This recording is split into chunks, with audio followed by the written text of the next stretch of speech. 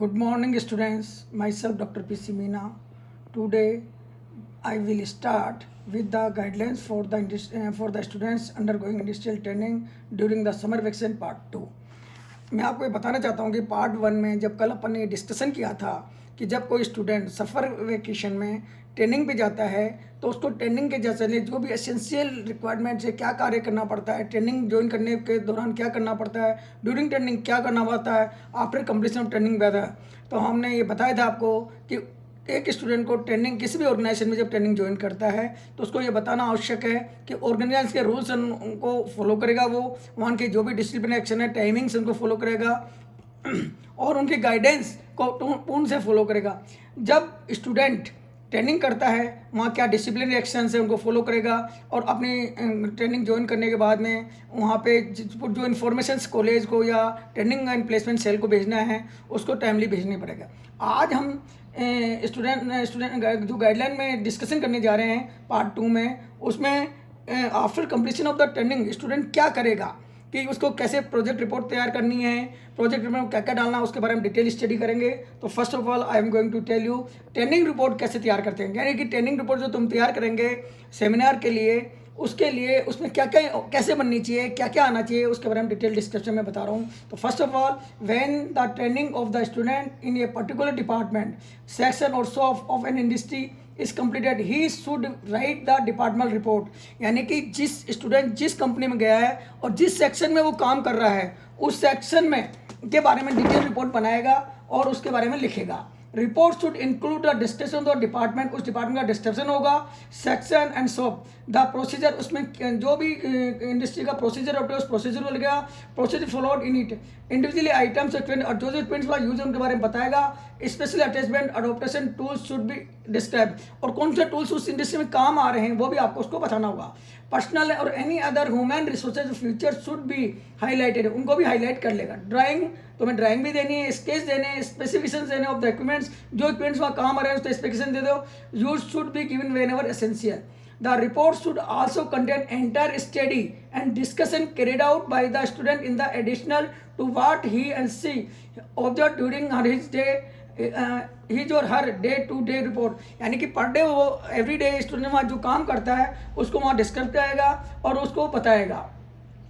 The departmental report should be sent by the student and also by his officer in charge of the department and section, यानी जब training से वो वहाँ से निकलेगा और उसकी रिपोर्ट होगी तो उसका जो ट्रेनिंग है वो स्टूडेंट द्वारा साइन की जाएगी और उसके हेड ऑफ डिपार्टमेंट के उसमें साइन होंगे।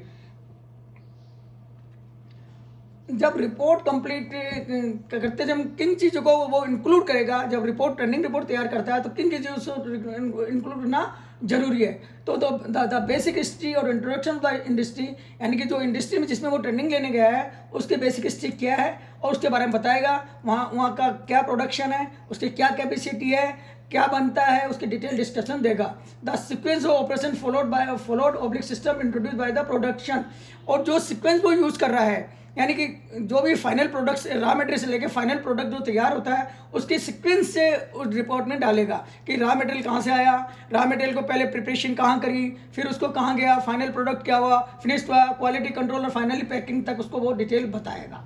The layout of the various workshop floors और the labs and admin section of the industry, यानी पूरा एक लेआउट बनाएगा पूरी इंडस्ट्री का, यानी कि लेआउट बनाना उसमें बताना पड़ेगा कि एडमिन से लेके फाइनल प्रोडक्ट और तक उसको डिस्क्राइब करेगा।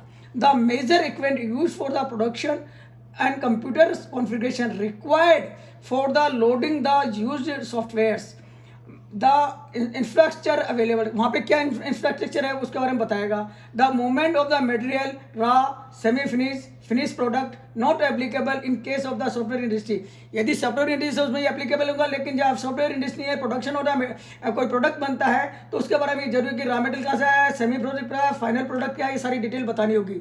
Formulation of 3 to 4 practical problem, और तुमको ट्रेनिंग ज्वाइन करते टाइम जो प्रॉब्लम्स 3-4 प्रॉब्लम दी उसको तुमने कैसे फॉर्मुलेट किया उसके बारे में डिटेल बताना होगा। Data required for formulate the problem, और जो प्रॉब्लम तुम्हें दी उसके लिए डेटा कैसे लिया उसके इसमें इंक्लूड करना होगा।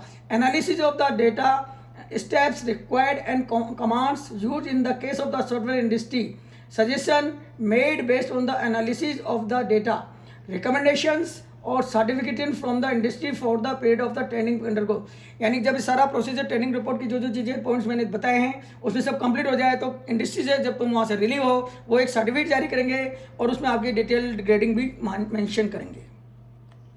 The final report must be at least 40 to 75 pages for the student undergoing 24 days training. In case number of the student undergoing training in the same industry are more than one, or each student will prepare his or her report separately.